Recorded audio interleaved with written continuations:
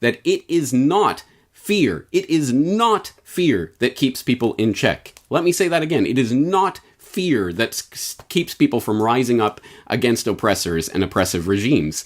It is acceptance, consent, willing desire to participate in the system of oppression. And the only thing that can truly end that oppression is the easiest thing of all, which is to stop desiring it.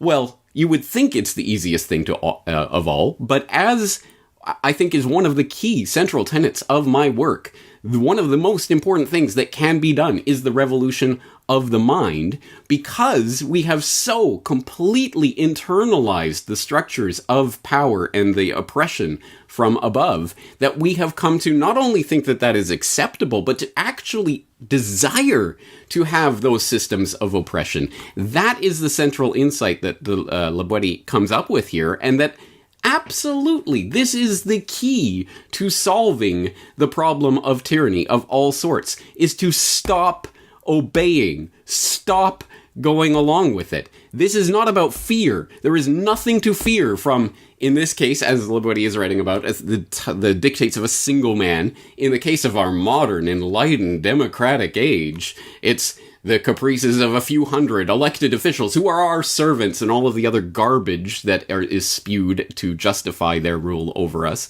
We do not have to consent. We do not have to comply. This is the central, fundamental tenet of the idea of independence, celebrated every Independence Day, right? No one needed any permission but from the crown in order to rise up and declare their own country. No, we do this. We take this stand. It is within our right to claim our own powers. It's such a simple thing, but it's so difficult to get people to see.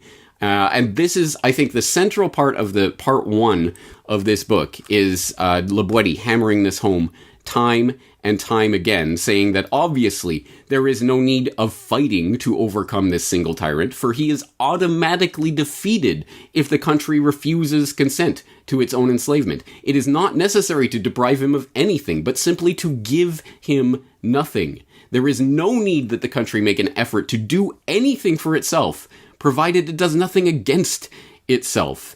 And in order to have liberty, nothing more is needed than to long for it. If only a simple act of the will is necessary, is there any nation in the world that considers a single wish too high a price to pay in order to recover rights, which it ought to be ready to redeem at the cost of its blood? Rights such that their loss must bring all men of honor to the point of feeling life to be unendurable, and death itself a deliverance.